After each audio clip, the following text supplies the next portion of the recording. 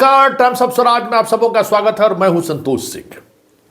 और आज हम टाइम्स ऑफ स्वराज में बात कर रहे हैं कि टाइम्स ऑफ स्वराज की खबर की एक बड़ी असर हुई है।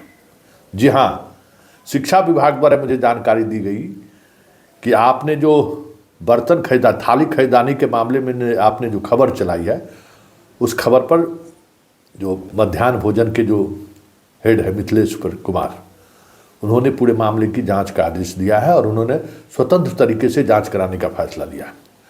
वैसे हम तमाम शिक्षकों से आग्रह करते हैं कि देखिए, पाठक को अगर परास्त करना है तो आपको पाठक बनना पड़ेगा, आपको अपनी ईमानदारी दिखानी होगी, नहीं तो फिर आपको कोई नहीं बचा सकता है। क्योंकि पाठक जो है ना, से पार पाना बहुत मुश्किल है। केंद्रीय प्रतिनियुक्ति पर जाते जाते भी ऐसा कुछ करके चला जाएगा जो जीवन भर आप उसकी भरपाई नहीं कर पाइएगा। वैसे भी जितने का ये सैलरी काटा है, उस सब का पैसा ट्रेजरी में जमा कर दिया है, तो आपका सर्विस ब्रेक वैसे ही हो गया। वो काम ये कर ही दिया है।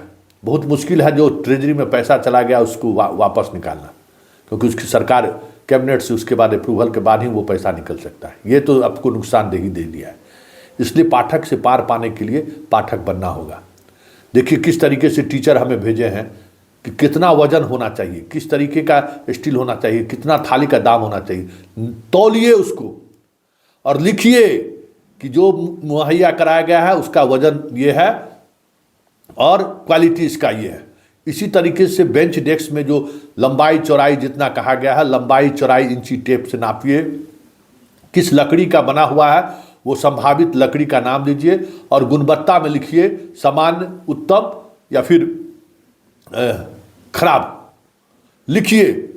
और उसके बाद आप चेक काट के दे दीजिए, कोई दिक्कत नहीं है। जवाब बना रहा है तो दे दीजिए, लेकिन ये बात लिख दीजिए। और उसको जो भी सर्विस प्रोवाइडर है, जो भी आपको मुहैया करा रहा है टेबल बेंच, उसको आप रिसीव कराइए कि ये आपका 2 नंबर माल है। इसी तरीके से कंप्यूटर में जो सामान दे रहा है, सेकेंड हैंड कंप्यूटर दे रहा है, आप उसको लिखिए। कोई नहीं बचाएगा। देखिए के पाठक जिस तरीके से चीज़ें को लेकर चल रहा है, कोई नहीं बचाएगा। के पाठक के जाने के बाद भी दूसरा कोई आएगा, तब के पाठक के फैसला को बदलना उसके लिए बहुत ही नामुमकिन है। क्योंकि पाठक जिस डिपार्टमेंट में रहा है, छोड़ने के बाद कोई सेक्रेटरी ये साहस नहीं किया है पाठक के फैसले को बदलने का। ये बात समझ लीजिए। और पाठक जिस तरीके सेट बनाने वाला काम में जो 2 नंबर का सेट बना रहा है, उस पर लिख के दीजिए। आप अपना हाथ कागज कलम मजबूत रखिए हेडमास्टर साहब। आपको डीओ नहीं बचाएगा, आपका जो प्रखंड शिक्षा पदाधिकारी है नहीं बचाएगा। रोज जाता है, 5 मिनट 10 मिनट लेट होते हैं, पैसा तहसील लेता है ना, छोड़ता है, मरम्मत करता है, नहीं ना मरम्मत करता है कि आप इतना कमाई करके उसको दे रहे हैं।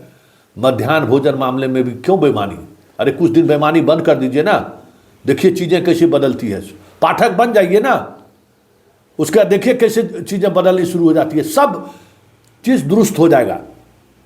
आप लोग जो कहते हैं ना कि शेर को जो है सो मानव का खून का टेस्ट हो गया, उसी तरह शिक्षा विभाग के अधिकारी को मास्टर से वसूलने का टेस्ट हो गया और आप लोग देते रहते हैं। क्यों दीजिएगा? अरे आप लोग कोई घूस कमाते हैं और कितना कमाते हैं।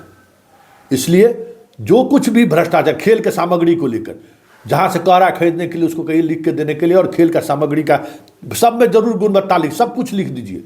एकदम आपका जान बचा रहेगा। नहीं तो कभी जांच होगा तो हेडमास्टर साहब पेंशन तो नहीं मिल रहा है, अब वेतनों बंद हो जाएगा और वेतनों नहीं मिलेगा। इसलिए अपना हाथ पर मत काट के दीजिए। पाठक के रीजन में आप टाइट रहिए और किसी भी परिस्थिति में समझौता मत कीजिए, नहीं तो कहीं के नहीं रहेगा। अभी थाली जांच शुरू हुआ है, बेंच डेस्क का भी जांच शुरू होगा। कौन पकड़ाएगा? बेंच डेस्क आप एजेंसी को पेमेंट कर रहे हैं, पकड़ाइएगा आप ही ना। कंप्यूटर वाला में कौन पकड़ाएगा 1 साल बाद कि जब 2 नंबर कंप्यूटर सब मिलेगा तब? खेल सामग्री में कौन पकड़ाएगा? तो सब चीज जो कुछ भी ये करा रहा है, अल्टीमेटली जिम्मेवारी आप पर तय होगी हेडमास्टर साहब, स्कूल के हेडमास्टर साहब पर तय होगी। इसलिए जो सहायक शिक्षक वहाँ मौजूद हैं, वो हेडमास्टर साहब को प्रेरित कीजिए कि आप पाठक बनिए कुछ दिन के लिए। चीज़ें पाठक को तभी आप परास्त कर सकते हैं, नहीं तो जो स्थिति है उस स्थिति में एक एक हेडमास्टर जेल के सलाखों के अंदर में रहिएगा। कोई नहीं बचा पाएगा आपको, क्योंकि आप लीगली इतनी गलती पर गलती किए जा रहे हैं जो काफ़ी है आपको जेल जाने के लिए। कोई नहीं बचा पाएगा आपको।